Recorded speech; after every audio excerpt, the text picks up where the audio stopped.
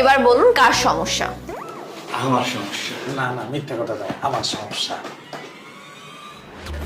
আমি আপনাদের কথা শুনে না কনফিউজড হয়ে যাচ্ছি, কি আসলে রোগী আপনি একটু ক্লিয়ার করে বলবেন? না আসলে হয়েছে কি, আমার বন্ধু আবিরের সমস্যা। কি সমস্যা? তার সমস্যা হলো পিনিক উঠে, মানে হঠাৎ হঠাৎ পিনিক উঠে যায়। পিনিক উঠে যায়?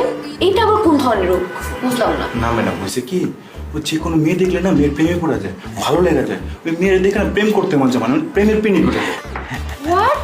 আপনারা একটা ডাক্তারের চেম্বারে এসে এভাবে ফ্লার্ট করতেছেন? সিকিউরিটি! না না ম্যাডাম, আপনি উল্টা পাল্টা বুঝতেছেন, আমরা ফ্লার্ট করতেছি না। এই যে আমার বন্ধুর যে পিনিকের সমস্যা, এই সমস্যাটা অনেক দিন ধরে।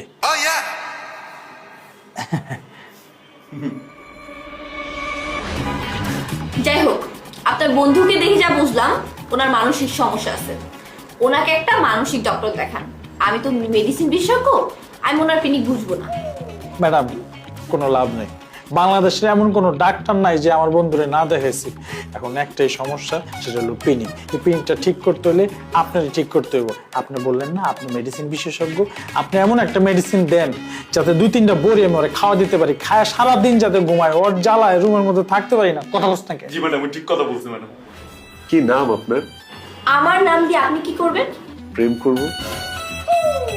আমার তো পিনিক উঠে গেছে, প্রেমের পিনিক, আমি আপনার সাথে প্রেম করব।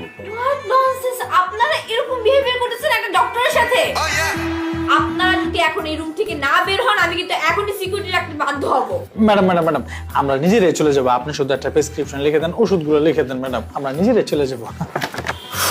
জি madam, G madam. Then.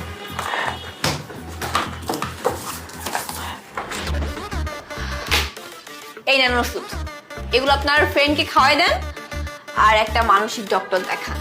G thank you madam. বন্ধু চল। আরে কিসের চল? কবিতা বল, চল চল চল, ঊর্ধ্বগমনের মাঝে মধ্যে আমি তো প্রেম করে পিনিকটা নামে তারপর যাব। আপনারা কি এখন এখান থেকে যাবেন নাকি আমি সিকিউরিটি ডাকবো? সিকিউরিটি! এরাই কিন্তু সিকিউরিটি!